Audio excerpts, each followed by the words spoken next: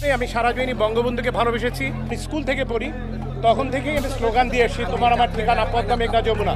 আমি হাইব্রিড আওয়ামী লীগার না, এবং আজকের মাননীয় প্রধানমন্ত্রী উনি যে আমরা হাইব্রিড আওয়ামী লীগ কর্মী না, যে দল পরিবর্তন করব।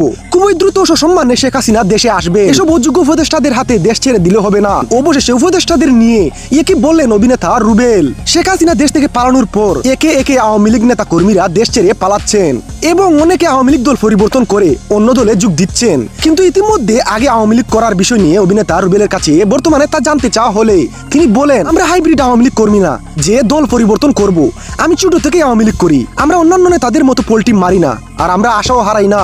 খুব দ্রুতই প্রধানমন্ত্রী শেখ হাসিনা দেশে আসবেন। এসব অযোগ্য উপদেষ্টাদের হাতে দেশ ছেড়ে দিলে হবে না। এরা জাতির পিতা বঙ্গবন্ধু এ দেশ স্বাধীন করেছেন। উনি দেশের জন্য নিজের প্রাণ দিয়েছেন।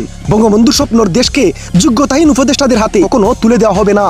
এদেরকে খুবই দ্রুত ক্ষমতার চেয়ার থেকে টেনে হিচড়ে ঘাড় ধরে নামানো হবে। প্রিয় সম্মানিত ভিউয়ার্স, প্রধানমন্ত্রী শেখ হাসিনা খুব দ্রুতই দেশে আসবেন। এসব অযোগ্য উপদেষ্টাদের হাতে দেশ ছেড়ে দেওয়া হবে না। অভিনেতা রুবেলের এমন কথাগুলো আপনাদের কেমন লেগেছে? লাইক, কমেন্ট, শেয়ার করে জানিয়ে দিন আপনার মতামত। আমি সারা জীবনই বঙ্গবন্ধুকে ভালোবেসেছি। স্কুল থেকে পড়ি, তখন থেকেই আমি স্লোগান দিয়ে এসেছি, তোমার আমার ঠিকানা পদ্মা মেঘনা যমুনা। আমি হাইব্রিড আওয়ামী লীগার না,